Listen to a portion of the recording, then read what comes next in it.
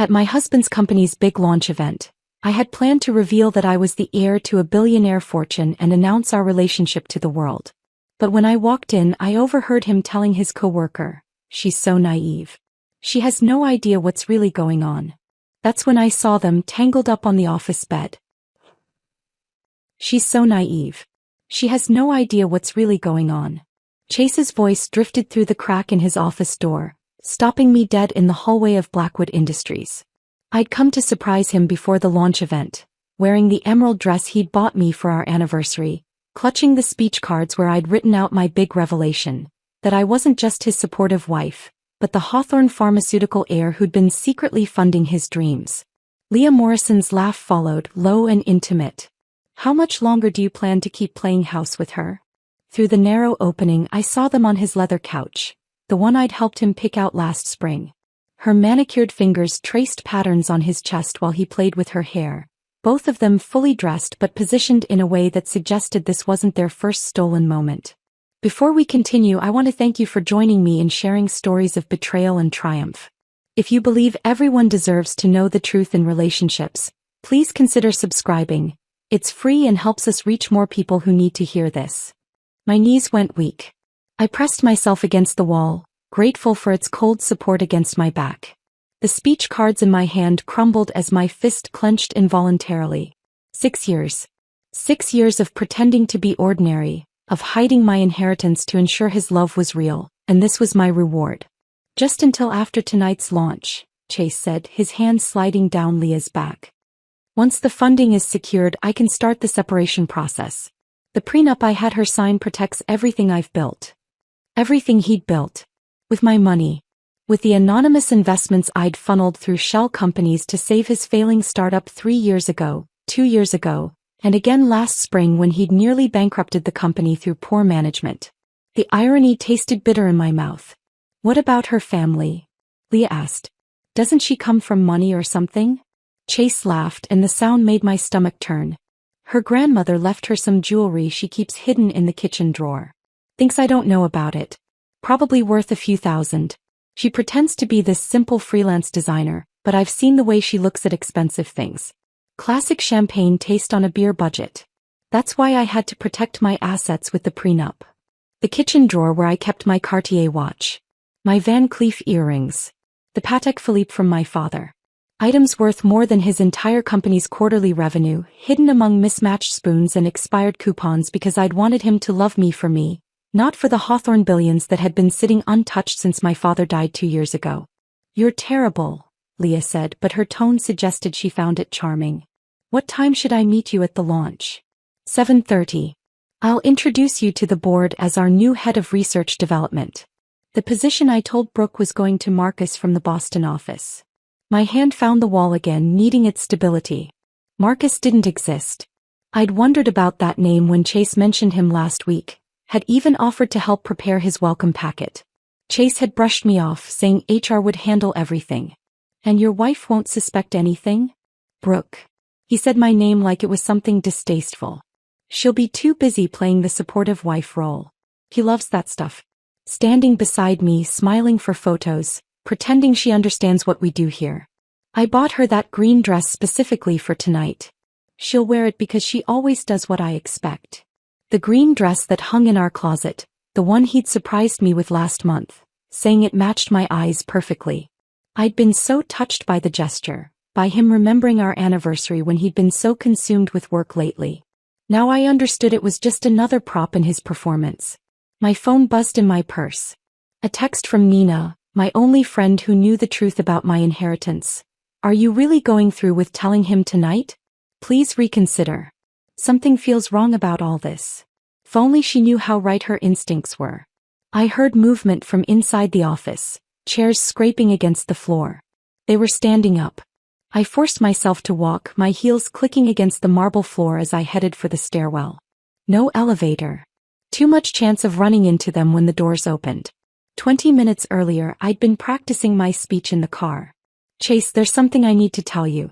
I'm not who you think I am. I'm actually Brooke Hawthorne, and I've been supporting your dreams because I believe in you, because I love you." I'd imagined his face, the shock morphing into joy as he realized we could build an empire together. Now those words felt like poison in my throat. The stairwell door closed behind me with a decisive click, and I stood there in the fluorescent lighting, my designer shoes, which I'd told Chase were knockoffs, already pinching my feet. My phone rang. Chase's photo appeared on the screen, the one from our wedding day where he looked at me like I was his entire world. "Hey beautiful," he said when I answered, his voice warm and affectionate. "Just wanted to make sure you're still coming tonight. You're wearing the green dress, right?" "Of course," I heard myself say, my voice surprisingly steady. "Perfect. I have a huge surprise planned for after the announcement. Something that's going to change our lives forever." "I can't wait," I replied, and for once I meant it. Just not in the way he expected. "I should go," he continued. "Still in meetings. These investors are demanding. But after tonight everything will be different. I promise." "Yes," I agreed. "Everything will be different." The call from Harrison Blackstone came 3 days later, while I was pretending to work on a logo design for a fictional client. My laptop screen showed Adobe Illustrator, but my mind kept replaying Chase's words, Leah's laugh, the casual cruelty of their conversation. When Harrison's name appeared on my phone, I almost didn't answer. The Hawthorne estate lawyers only called when something was wrong. "Brooke, we need you here immediately," Harrison said without preamble. His voice carried the weight of 40 years in estate law. "There are documents requiring your signature by end of business today, or we're looking at a 7-figure tax penalty on your father's pharmaceutical patents." I glanced at the clock. 2 in the afternoon. Chase wouldn't be home until midnight as usual, but I'd still need an excuse for being out. "How long will this take?" 2 hours minimum. These are complex transfers involving the European holdings. If we don't file by month's end, the IRS will assume you're declining portions of the inheritance. My inheritance. The $3 billion Chase thought was a few pieces of grandmother's jewelry. The pharmaceutical empire he had no idea was funding his dreams through carefully orchestrated anonymous investments. Every time Blackwood Industries nearly folded, a mysterious venture capitalist would appear with exactly the right amount to keep them afloat. Chase never questioned the timing. His ego wouldn't let him consider that someone was protecting him. "I'll be there in 40 minutes, I told Harrison, already fabricating the lie I'd tell Chase if he asked. A rush job from a demanding client. Another logo revision. The mundane fiction of my pretend career.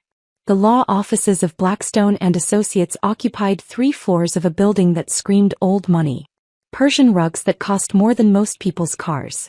Original paintings that belonged in museums. Harrison met me in his office, documents already spread across his mahogany desk. Each signature I provided released another portion of my father's empire into my control. Pharmaceutical facilities in Switzerland. Research patents worth billions. Investment portfolios that had been growing since before I was born. "Your father would be proud," Harrison said as I signed my name for the 20th time. "He always said you'd know when to claim your legacy." Would he be proud though? Watching me hide my wealth from my husband like some shameful secret? Pretending to be ordinary while Chase built his ego on the foundation of my hidden support? I was walking through Blackwood Industries lobby 2 hours later, having decided to surprise Chase with coffee from his favorite shop, when I collided with Leah Morrison. Not accidentally. She'd clearly been waiting, positioned perfectly to intercept anyone heading toward the elevators. "Brooke." She said my name like we were old friends, though I knew we'd never been formally introduced. Her hand caught my arm, fingers pressing just hard enough to stop me from pulling away. "How wonderful to run into you." Up close she was everything I wasn't. Tall where I was average. Blonde where I was brunette. Confident in the way of women who'd never doubted their place in the world. Her perfume hit me immediately, something expensive and distinctive. Tom Ford maybe. Black orchid. The same scent that had been clinging to Chase's jacket last week when he'd claimed he'd been in back-to-back meetings. "I don't believe we've met," I said, though of course I knew exactly who she was. Dr. Leah Morrison, head of research development.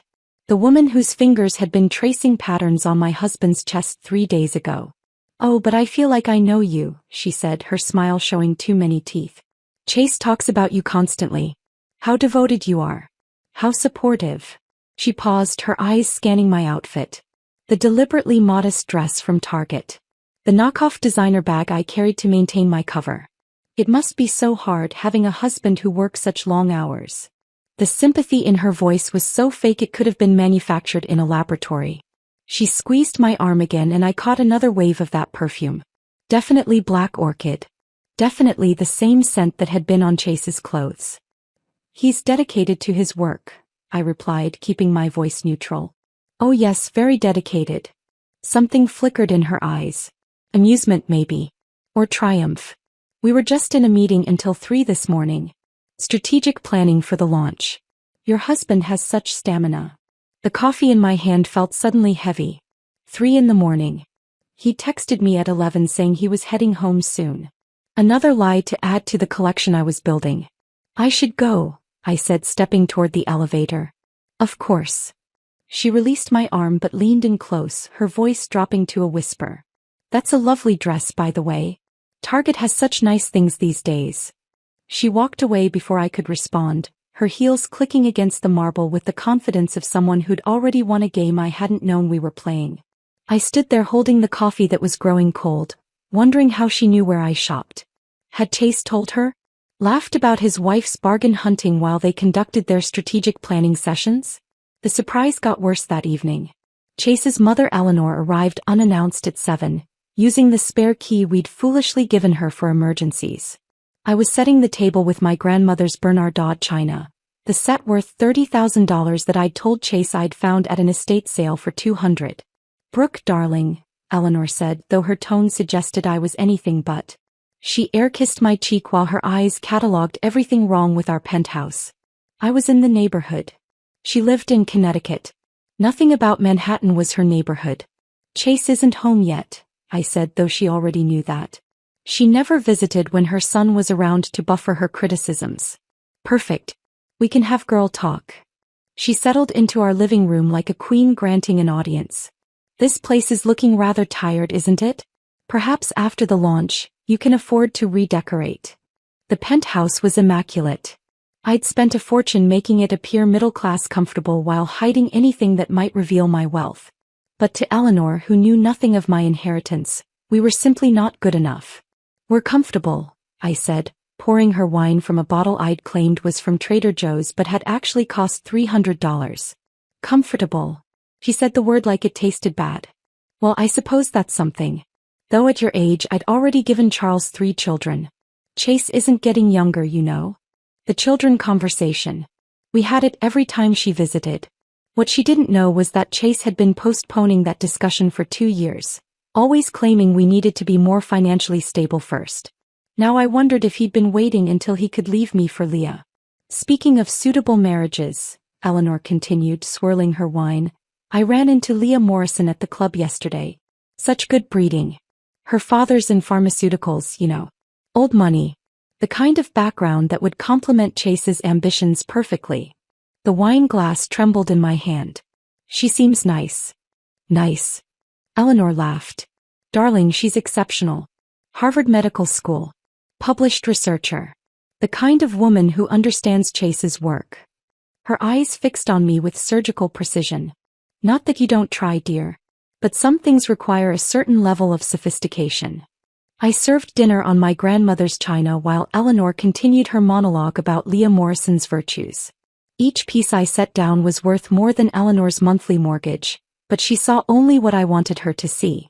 Mismatched Target plates. A middle-class wife playing dress-up in a world she didn't belong in. After she left, I was cleaning the kitchen when I found it. Chase's gym bag, forgotten in the corner behind the recycling. Inside, beneath his workout clothes, was a receipt that made my heart stop. The Ritz-Carlton, Boston. 2 nights. A king suite. The dates matched the weekend he'd claimed to be pulling all-nighters at the lab. Room service charges for breakfast for 2. Champagne delivered at midnight. When Chase finally came home at 11:30, I was still holding the receipt. How was Boston? I asked. He didn't even pause while hanging up his coat. What do you mean? I haven't been to Boston in months. I stood there holding the receipt while Chase hung up his coat, his lie about Boston hanging in the air between us like a physical presence. My hands weren't shaking anymore. They'd gone past that into a strange numbness that spread up my arms and into my chest. He walked past me toward the bedroom, loosening his tie, completely unaware that I held evidence of his deception in my hands. The next morning, I called in sick to my fictional freelance projects and did something I'd never done before. I followed my husband. He left at 8:30, normal time, normal routine. Kissed my cheek with lips that had probably kissed Leah in that Boston hotel room. Told me not to wait up because Tuesday meetings always ran late. Tuesday. I made a mental note. At noon, I positioned myself at a coffee shop across from Chez Laurent, the French restaurant where Chase claimed he could never get reservations. Through the window I watched him arrive first, checking his watch, smoothing his hair. He'd changed shirts since this morning. The blue one I'd bought him for Christmas replaced with the gray one Leah had complimented at last month's company dinner. She arrived 10 minutes later, and the way his face lit up made my chest constrict. He stood to greet her, his hand lingering on her lower back as he guided her to their table. A corner booth, intimate and partially hidden from view. The waiter brought champagne without being asked. This was clearly their regular spot, their regular Tuesday routine. Her hand reached across the table, fingers intertwining with his while they looked at menus they probably knew by heart. She threw her head back laughing at something he said, and he watched her with an expression I recognized. The same way he used to look at me when we were dating, when I was still mysterious and exciting, before I became furniture in his carefully constructed life.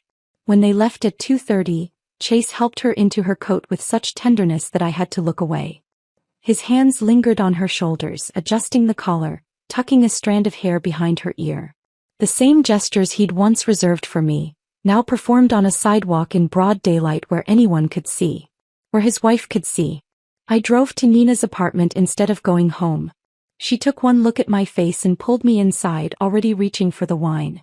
We sat on her couch, the same one where she'd helped me practice my revelation speech just 2 weeks ago, back when I thought my biggest problem was timing the announcement perfectly. "I have to tell you something," Nina said suddenly, her hands twisting in her lap. "I've been trying to figure out how to say this for weeks." The wine in my glass sloshed dangerously as I set it down. "What?" 3 weeks ago, I was downtown looking for a birthday gift for my mom. She was crying now, tears streaming down her face. I passed Cartier and through the window I saw Chase. He was with a blonde woman. He was trying on rings, Brooke. Engagement rings. The room tilted slightly. I gripped the couch cushion to steady myself. "Leah. You know her. She works at Blackwood. Head of Research Development." The words came out mechanical, like I was reading from a company directory. Harvard Medical School. Old money. Good breeding, according to Chase's mother. Nina grabbed my hands, her own trembling. He was buying her a ring, Brooke. The sales associate was bringing out different settings. She was posing with each one, taking selfies. They looked so happy. I wanted to storm in there to scream at him, but I froze. "I've been carrying this guilt for 3 weeks. I'm so sorry I didn't tell you sooner." An engagement ring. While he was still married to me. While he was still coming home to our bed, eating dinners I cooked, playing the devoted husband at company functions. The audacity of it stole my breath. "When did you say this was?" I asked, my mind racing through dates. 3 Tuesdays ago. Around 2 in the afternoon. Tuesday. Their regular day. Lunch at Chez Laurent followed by ring shopping. How romantic. How perfectly planned. I wondered if he'd already proposed, if she was wearing the ring somewhere I couldn't see it, or if he was waiting until after the launch. After he'd secured his funding and could dispose of me without risking his company. That night I waited until Chase was deeply asleep, his breathing even and heavy. His phone was charging on his nightstand, but I didn't need it. I had something better. Access to our joint accounts, the ones he didn't know I monitored through my own banking app. I sat at the kitchen table with my laptop, the screen brightness turned down low, and started digging. There they were, small transfers every week. 500 here, 700 there, always to the same account number I didn't recognize. The transfers had been happening for over a year, labeled as investment planning or portfolio diversification. $50,000 systematically moved out of our joint savings. But I knew those patterns. I'd managed hundreds of millions in Hawthorne funds, had seen every type of financial maneuvering possible. This wasn't investment planning. This was an exit strategy. He was building a nest egg, probably in an account under only his name, preparing for the divorce he thought was coming after the launch. The irony almost made me laugh. He was stealing what he thought was his own money, not knowing that every penny in our accounts had come from my inheritance, carefully laundered through fake freelance projects and imaginary clients. He was embezzling from the Hawthorne empire without even knowing it existed. At 3 in the morning, a phone buzzed. Not his regular phone, but a sound coming from his jacket pocket. A second phone like some character in a bad spy movie. He slipped out of bed, grabbing the jacket, and shut himself in the bathroom. But our apartment had thin walls, and I'd learned years ago that if you pressed your ear against the heating vent, you could hear everything. The timeline is tight, he whispered. The launch is Thursday. I need 2 more days to get everything in position. A pause while someone responded. No, she suspects nothing. Brooke's too trusting. She actually bought the story about Marcus from the Boston office. Soft laugh. I know. She even offered to help with his welcome packet. Sometimes I almost feel guilty about how easy this is. Another pause. The divorce papers are already drawn up. My lawyer says with the prenup, she'll get nothing except what she brought into the marriage. Which is basically some old jewelry and whatever she's saved from her little design projects. My little design projects that had funneled $3 million into Blackwood Industries over the past 6 years. After the launch, after the investors sign off, I'll tell her. Friday morning. I want to do it in person, at least give her that much respect. Respect. The word made bile rise in my throat. I love you too, he whispered, and my heart finally, completely shattered. Just 2 more days and we can stop hiding. The bathroom door opened. I forced my breathing to remain deep, and even as he slipped back into bed. He lay beside me, this stranger wearing my husband's face, and within minutes was asleep again. But I lay awake, staring at the ceiling, planning my own timeline. Thursday's launch was 36 hours away. Chase thought he had 2 more days of pretending. He was wrong. The 36 hours crawled by with excruciating slowness. I moved through Wednesday like an actress who'd forgotten her lines but kept performing anyway. Chase left that morning with his usual peck on my cheek, reminding me about the launch event, making sure I'd wear the green dress. I smiled and nodded, playing the devoted wife one final time while my insides churned with the knowledge of what was coming. Thursday arrived heavy with humidity that made the air feel thick and suffocating. I spent the afternoon at Harrison Blackstone's office, signing documents that would freeze certain anonymous investments, particularly the ones flowing into Blackwood Industries. Harrison didn't question my sudden decisions. He'd been my father's lawyer for 30 years and understood that sometimes timing was everything in both business and personal matters. By 6 o'clock, I stood in front of our bedroom mirror, zipping up the emerald dress Chase had chosen for me. The fabric felt like armor against my skin. My hands were steady as I applied lipstick, a darker shade than I usually wore. In my purse, the speech cards I'd written weeks ago sat next to new ones I'd drafted that morning. 2 versions of the same revelation but with vastly different endings. The drive to Blackwood Industries took 20 minutes through Manhattan traffic. I used the time to breathe, to center myself, to transform from the woman who'd spent 6 years hiding her true self into someone who was about to reveal everything. The building's glass facade reflected the setting sun, turning everything golden and somehow ominous. I parked in the visitor section, not in my usual spot beside Chase's BMW. Tonight I wasn't really his wife. I was something else entirely. The elevator to the 40th floor had never felt longer. Each floor that passed felt like shedding another layer of the persona I'd worn for so long. The freelance designer. The supportive wife. The naive woman who didn't understand her husband's business. By the time the doors opened, I felt raw and exposed and powerful in a way I'd never experienced before. The executive floor buzzed with pre-event energy. Caterers arranged elaborate displays while bartenders polished glasses that would soon hold champagne worth more per bottle than most people's car payments. But I wasn't heading to the ballroom yet. I had one more thing to confirm, one more piece of evidence to collect before I could move forward with what I was planning. Chase's office door was slightly open, golden light spilling into the hallway. I approached quietly, my heels silent on the thick carpeting. Through the crack, I heard his voice, casual and dismissive in a tone I now recognized all too well. "She'll be here soon," he was saying. Playing the perfect wife in that green dress I bought her.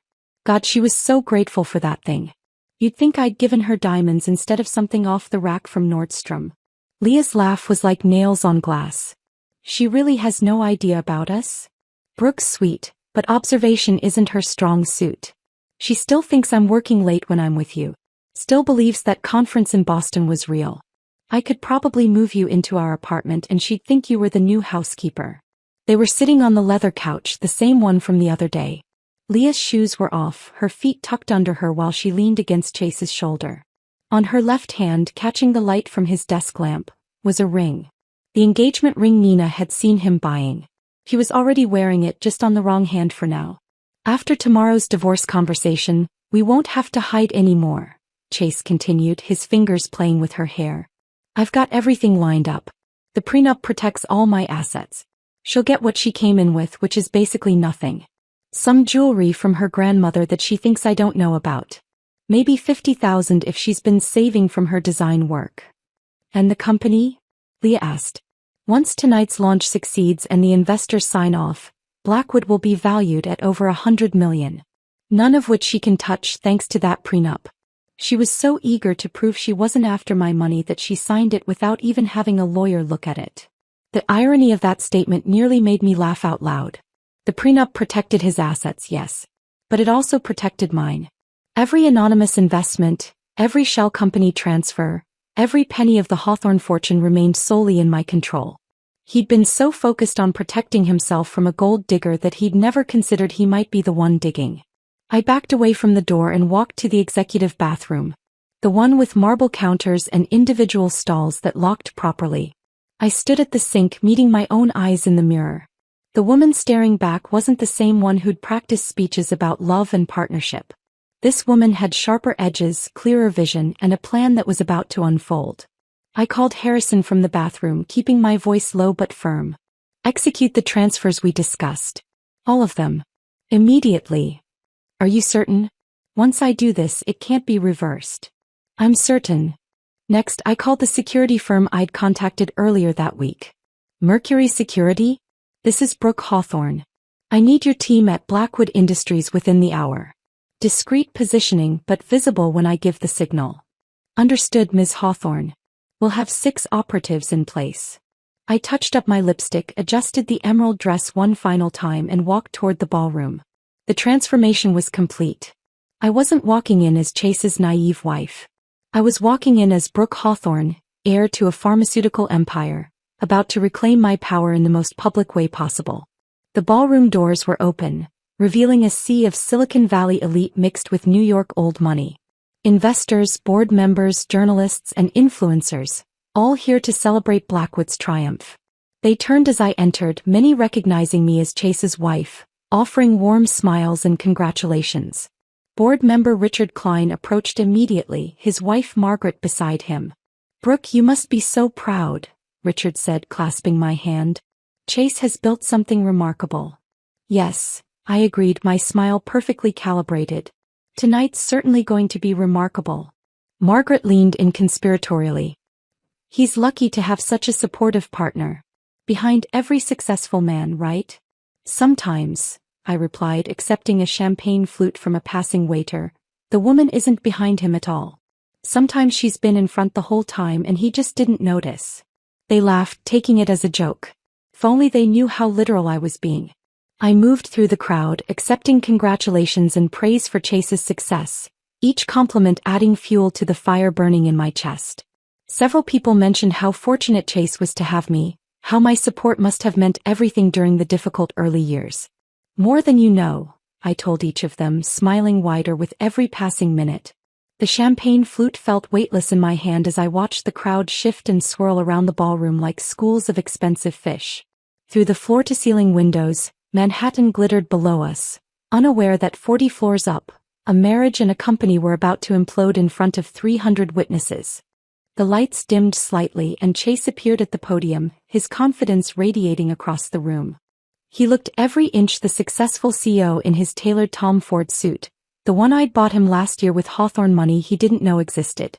Behind him, a massive screen displayed the Blackwood Industries logo, sleek and modern, built on lies and anonymous investments from a wife he thought was nobody special. "Ladies and gentlemen," Chase began, his voice carrying that practiced warmth he deployed at investor meetings. "Tonight marks the culmination of 6 years of innovation, dedication, and breakthrough science. Blackwood Industries stands ready to revolutionize genetic therapy, and we couldn't have done it without each and every one of you." The crowd applauded politely. I noticed Leah positioning herself near the stage, close enough to be seen but not so close as to appear presumptuous. She'd changed since this afternoon, now wearing a black cocktail dress that probably cost more than she supposedly earned in a month. The engagement ring was gone from her right hand, likely hidden in her purse until the appropriate moment. Chase continued his speech, outlining projections and market opportunities, using words like synergy and paradigm shift that made investors reach for their checkbooks. He was good at this, I had to admit. The performance, the commanding presence, the ability to make people believe in his vision. He just hadn't realized his entire vision had been funded by the woman he'd called naive 4 hours ago. "Before we continue with the technical presentation," Chase said, his smile broadening, "I want to take a moment to thank someone very special. My wife, Brooke, who has been my rock throughout this journey. Sweetheart, would you come up here?" The crowd turned to me, applauding warmly. This wasn't part of the script, at least not the one I'd prepared for. But Chase loved his gestures, his public displays that made him look like the devoted husband. I set down my champagne and walked toward the stage, my heels clicking against the marble floor with metronomic precision.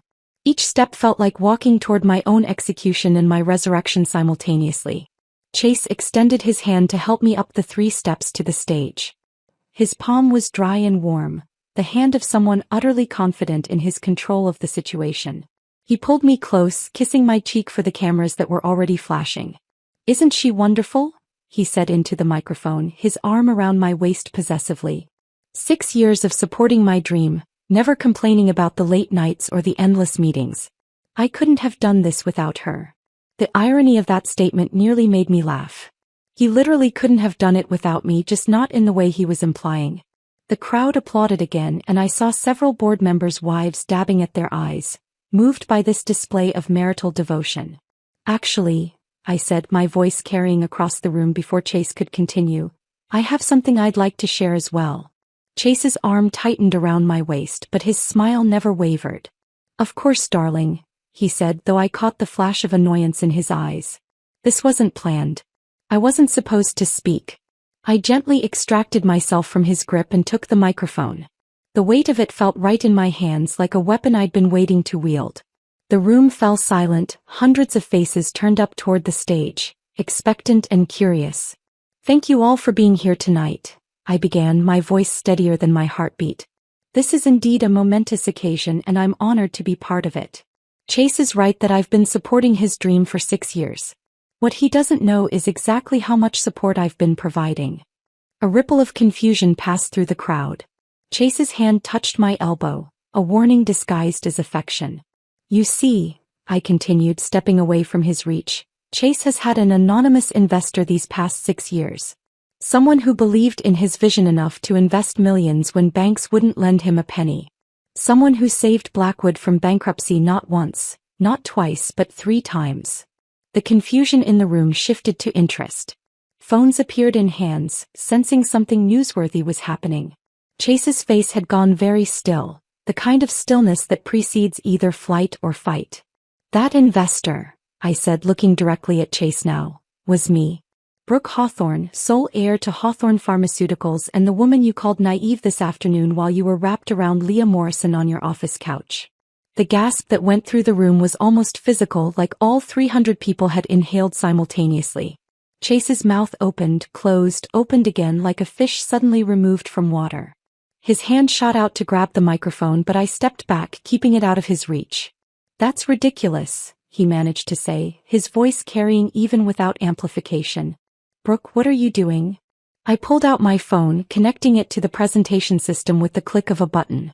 Harrison Blackstone had arranged this technical capability yesterday, ensuring I could display whatever I needed on the massive screen behind us. The first document appeared. Bank records showing transfers from Hawthorne Holdings to Blackwood Industries, dated and documented, millions of dollars flowing from my inheritance into Chase's company. "Every major funding round," I said, my voice growing stronger with each word, "every emergency injection of capital, every bridge loan that kept this company alive came from Hawthorne money. My money. The money Chase didn't know I had, because I wanted to be sure he loved me for myself, not my inheritance. The screen changed to show a photo Harrison had provided. My father and me at a Hawthorne board meeting 5 years ago, clearly identifying me as his daughter and heir. Then another document. The shell company paperwork showing how the investments had been structured to remain anonymous. Leah had started moving toward the exit, but the Mercury security personnel were already in position, their presence subtle but effective. She stopped, trapped between the crowd and the security team, her face pale under the ballroom lights. But that's not even the best part, I continued, feeling the power of the moment coursing through me. This afternoon, while preparing for tonight's event, I discovered some interesting financial irregularities. It seems someone has been moving money out of Blackwood's operational accounts into personal holdings. Someone has been billing personal expenses as company costs. Someone has been committing what I believe the FBI would call embezzlement and fraud. The screen filled with the evidence I'd gathered over the past 3 days. The doctored invoices, the suspicious transfers, the Boston hotel bill charged to the company as a conference expense, when no conference existed. Chase's face had gone from pale to gray, his hands gripping the podium like it might keep him from drowning. Security, someone called out from the crowd. Someone call security. But the security team was mine, and they weren't moving except to keep the exits controlled.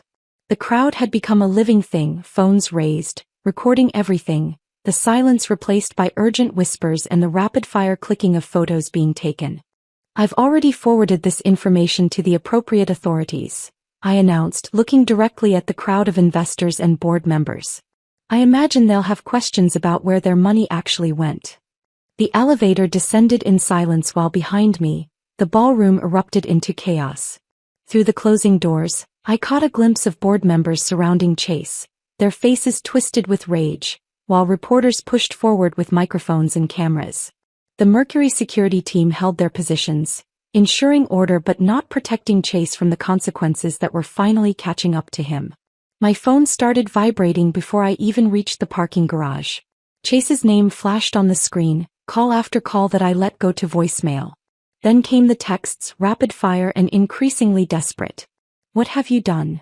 We need to talk. This is insane. You don't understand what you've just destroyed. Answer your phone now. I turned the device to silent and slipped it into my purse as I walked to my car. The valet, a young man who'd always been kind to me, handed over my keys with wide eyes. He'd clearly heard what had happened upstairs. News traveled fast in buildings like this, especially when it involved public humiliation and federal crimes.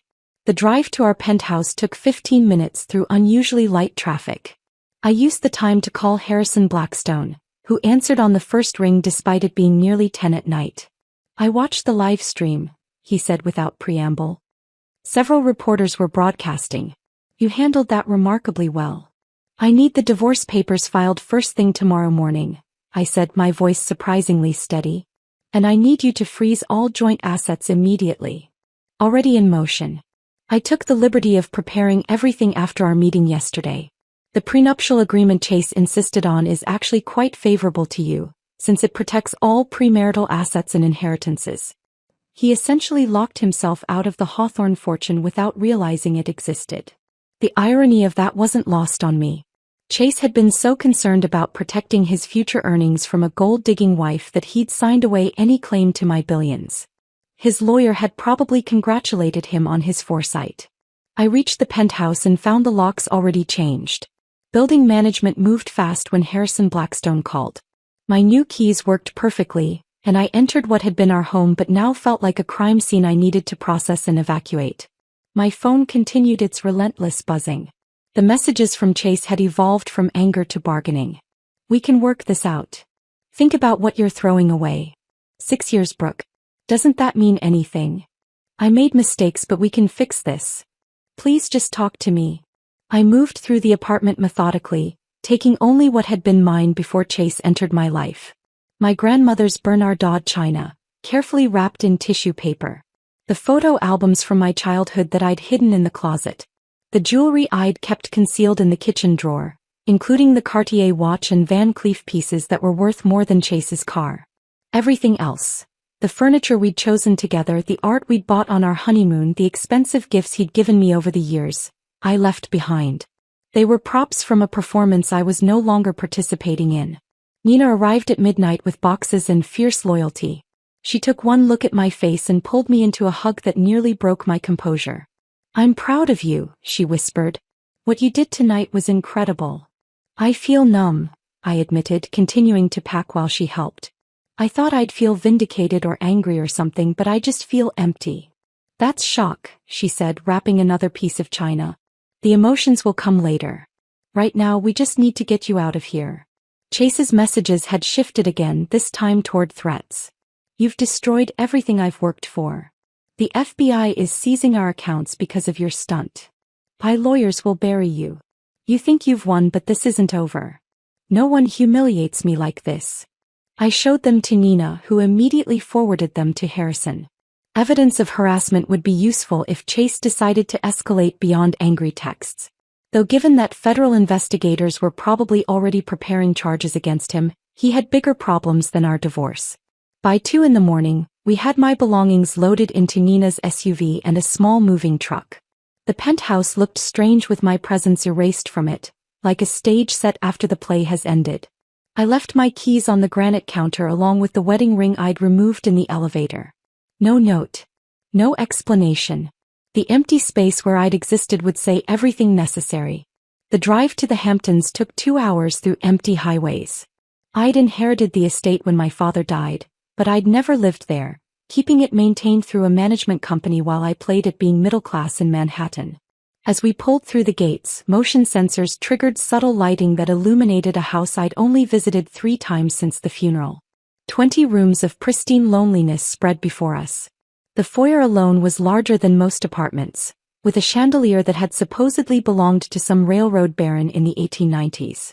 Nina whistled softly as we carried boxes through rooms that echoed with our footsteps. "This is insane," she said, setting down a box in what would be my bedroom. "You own this whole place and you've been living in that penthouse pretending to be ordinary?" "I wanted to be loved for who I was, not what I had," I said, the words sounding hollow now. "Look how well that worked out. We found champagne in the wine cellar, vintage bottles worth thousands, and drank it from paper cups we'd brought from a gas station. The contrast seemed appropriate somehow, sitting in a mansion worth $40 million, drinking champagne from convenience store cups while my marriage imploded across every media platform in the country." Harrison called at 4 a.m. "Federal agents raided Blackwood Industries an hour ago. They're seizing all computers and financial records. Chase has been taken in for questioning. Leah Morrison as well." "Already?" I sat up straighter in my father's leather desk chair, the one he'd imported from England decades ago. "Your documentation was very thorough. Combined with what they're finding in the computers, they have enough for arrest warrants by morning. Also, 3 major investors have already filed civil suits against Chase personally. The prenup won't protect him from those." After Harrison hung up, I turned on the television in my father's study. Every business channel was running the story. Someone had edited together clips from the live-streamed confrontation, my voice clear and damning as I revealed both my identity and Chase's betrayal. The ticker at the bottom read, "Hawthorne heiress exposes husband's fraud at company launch." One analyst was already speculating about what this meant for Blackwood Industries. Without the Hawthorne funding, which apparently accounted for 70% of their capital, the company is essentially worthless. Add in the fraud allegations and the FBI investigation, and we're looking at complete collapse by market open. Nina found me there as sunrise painted the ocean visible through the study windows. She brought coffee in actual mugs this time, and we sat together watching my old life dissected by strangers on television. "How do you feel?" she asked carefully. I considered the question. In 12 hours, I'd gone from being Chase's naive wife to exposing myself as a billionaire heiress who'd taken down her husband's company on live television. My phone showed hundreds of messages from numbers I didn't recognize. Reporters probably, or people who suddenly remembered we'd been friends in college. "Free," I said finally and meant it. The word "free" had barely left my lips when Nina's phone buzzed with a news alert. She held it up, showing a video of Chase being led from Blackwood Industries in handcuffs, federal agents flanking him on both sides. His face, captured in harsh morning light, looked hollow and defeated, nothing like the confident man who'd stood at a podium 12 hours earlier promising to revolutionize genetic therapy. The footage played on loop across every business channel. Chase stumbling slightly on the curb, an agent steadying him with a grip on his elbow. The careful way they guided his head as he entered the federal vehicle, protecting him from hitting the door frame even as they arrested him for crimes that could mean a decade in prison. Behind him, another team escorted Leah Morrison, her perfect composure finally shattered, mascara streaking down her cheeks as photographers captured every moment of her downfall. Harrison called within minutes of the footage airing. The FBI has expanded their investigation. They found evidence of additional fraud going back 3 years. Apparently, Ms. Morrison was selling proprietary research to competitors while billing Blackwood for consulting fees that never happened. She's looking at conspiracy charges, corporate espionage, and wire fraud. I moved to the window of my father's study, looking out at the Atlantic Ocean stretching endlessly before me. The Hamptons estate had views that could make you forget the rest of the world existed, but I couldn't escape the reality of what was happening 40 miles away in Manhattan. My phone showed 73 missed calls from Chase, 20 from numbers I didn't recognize and 1 from Eleanor, Chase's mother. That one I almost answered, then thought better of it. She could wait. The bankruptcy proceedings moved with stunning speed. By the following Tuesday, less than a week after the launch event, Blackwood Industries had filed for Chapter 7 liquidation. The investors who'd threatened civil suits had frozen what few assets remained, and without the Hawthorne funding that had kept it afloat, the company collapsed like a house built on sand. Harrison arranged for Hawthorne Pharmaceuticals to bid on the patents and research assets. A formality really, since no other company wanted to touch anything associated with the scandal. We're offering $10 million for the entire patent portfolio, Harrison informed me during a meeting in the estate's formal dining room, papers spread across a table that could seat 20.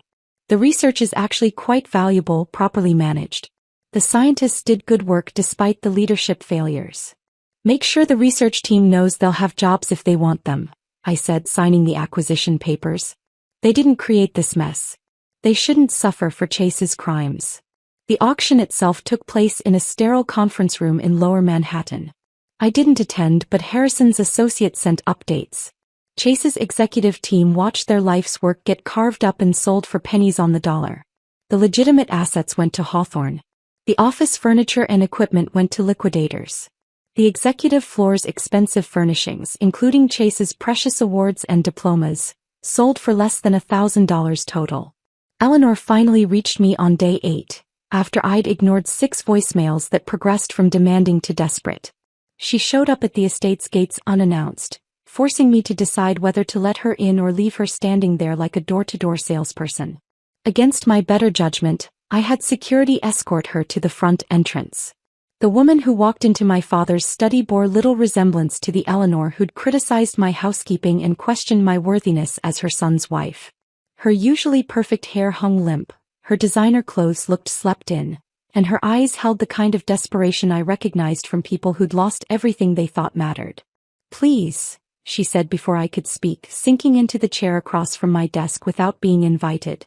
"You have to help him. You have to tell them this is all a misunderstanding." "There's no misunderstanding, Eleanor. Your son embezzled funds, committed fraud, and destroyed the lives of hundreds of employees who trusted him. He made mistakes," she said, tears flowing freely now, destroying makeup that had probably taken an hour to apply. "But he doesn't deserve to lose everything. He's my only child, Brooke. Surely you can understand a mother's love."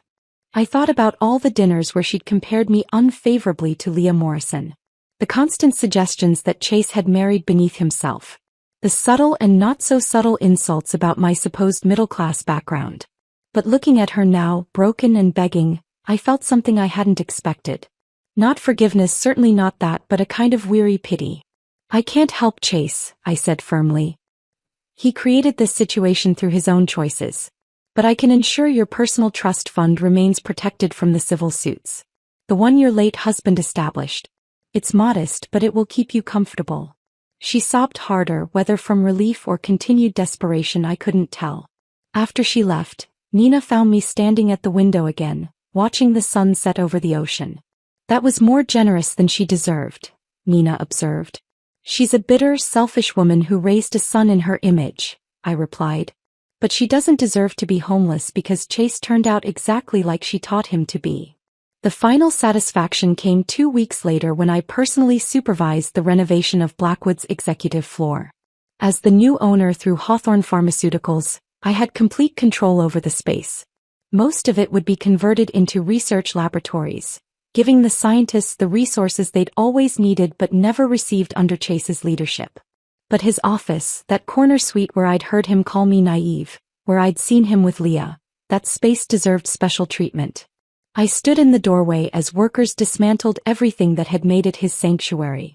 The massive oak desk where he'd planned his escape strategy. The wall of awards and accolades that had fed his ego. The leather couch where he'd betrayed our marriage in every possible way. "What do you want done with this?" The foreman held up a framed photo that had sat on Chase's desk. Our wedding photo, the one where we both looked deliriously happy before the lies and secrets and betrayals. "Trash," I said without hesitation. "All of it goes in the dumpster." I watched from the window as workers threw the couch over the edge into the industrial bin below. It landed with a satisfying crash, leather splitting, frames splintering. 6 years of marriage reduced to garbage in a metal container, waiting to be hauled away and forgotten. The office would become a supply closet. Shelves of printer paper and toner cartridges where Chase's ego had once lived. Janitors would store mops and buckets where he'd stored his secrets and lies. Every time someone needed office supplies, they'd walk through the space where Chase Blackwood thought he was building an empire, never knowing they were standing in the ruins of a man who'd mistaken cruelty for strength and deception for intelligence.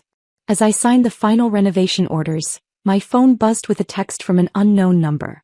I almost deleted it, assuming it was another reporter, but something made me read it. "Ms. Hawthorne, this is Dr. Patricia Kim from the research team. Thank you for saving our jobs and our work. We won't let you down." The research team didn't know it yet, but under Hawthorne's leadership, they would complete the genetic therapy breakthrough Chase had promised but never delivered. Their work would save lives, make headlines for the right reasons, and prove that good science could survive bad leadership. Chase would watch from federal prison as his former employees achieved everything he'd pretended to be building. The message from Dr. Patricia Kim stayed with me through the months that followed. A small reminder that something good could emerge from the wreckage. 6 months passed in a blur of legal proceedings, corporate restructuring, and learning to inhabit the life I'd hidden for so long. The Hamptons estate no longer felt like a museum I was visiting but had become home, its 20 rooms gradually filling with actual life instead of echoing emptiness. The invitation to speak at the Global Pharmaceutical Innovation Summit arrived on a Tuesday morning, hand-delivered by courier to ensure I couldn't pretend I hadn't received it.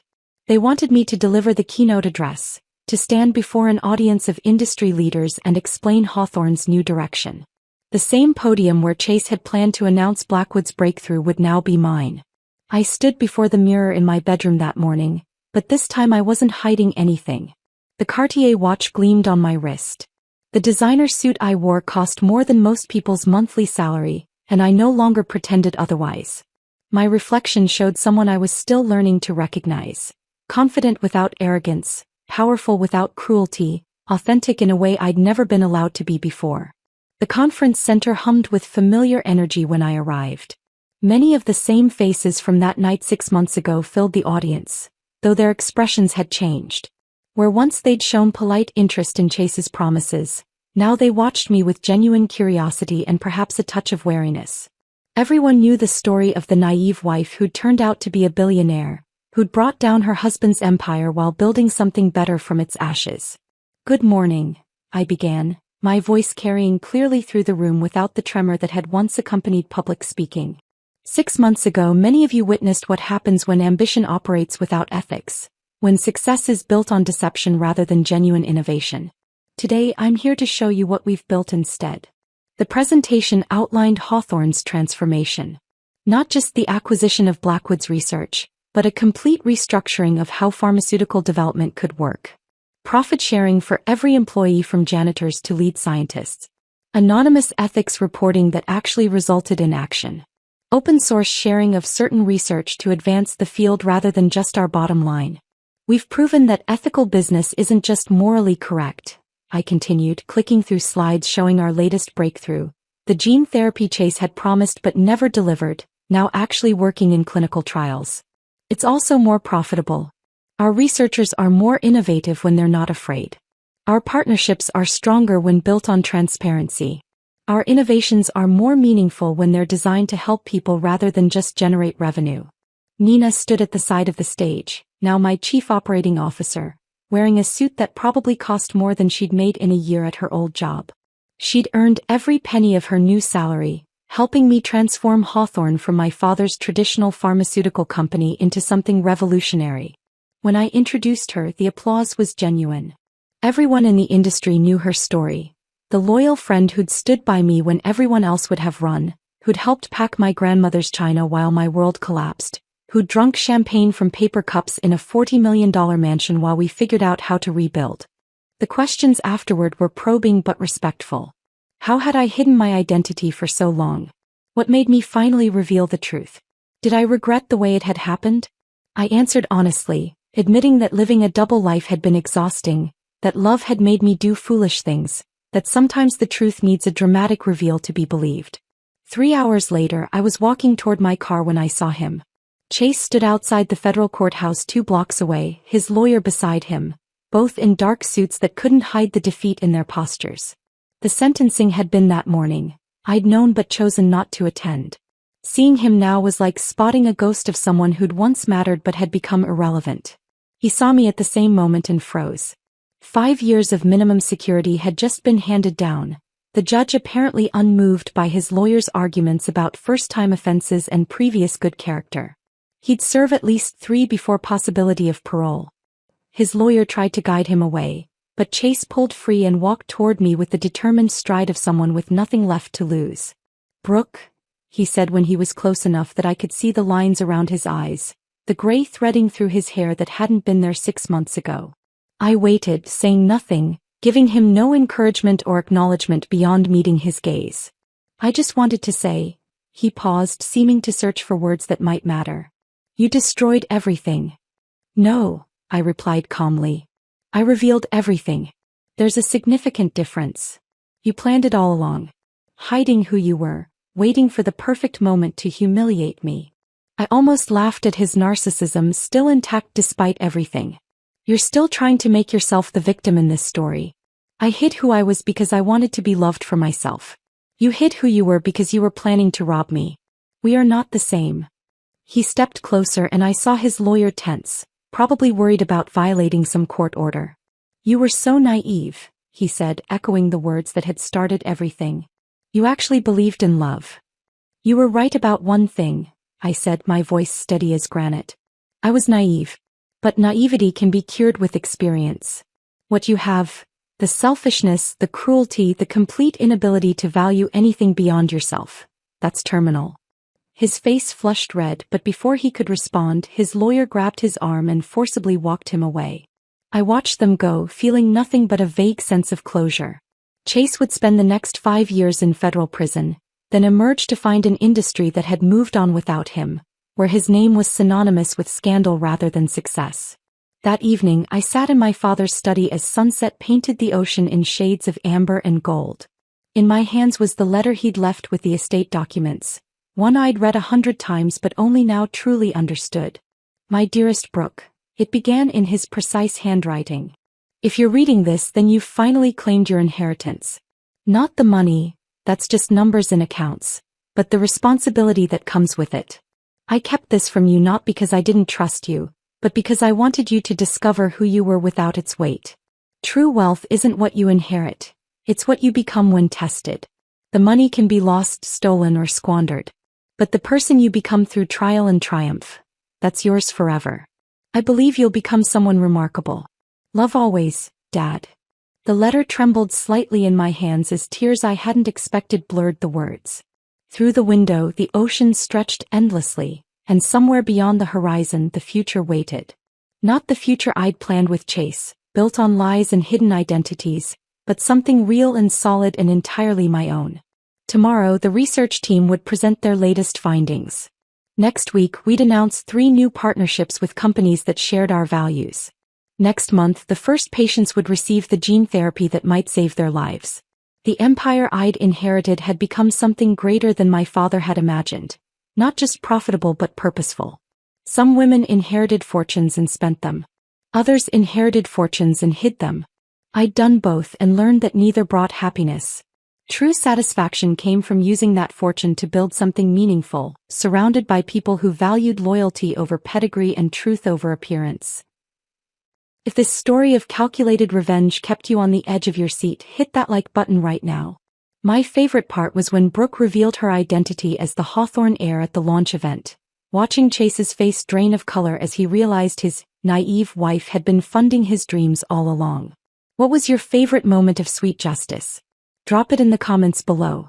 Don't miss more thrilling stories like this. Subscribe and hit that notification bell so you never miss an upload.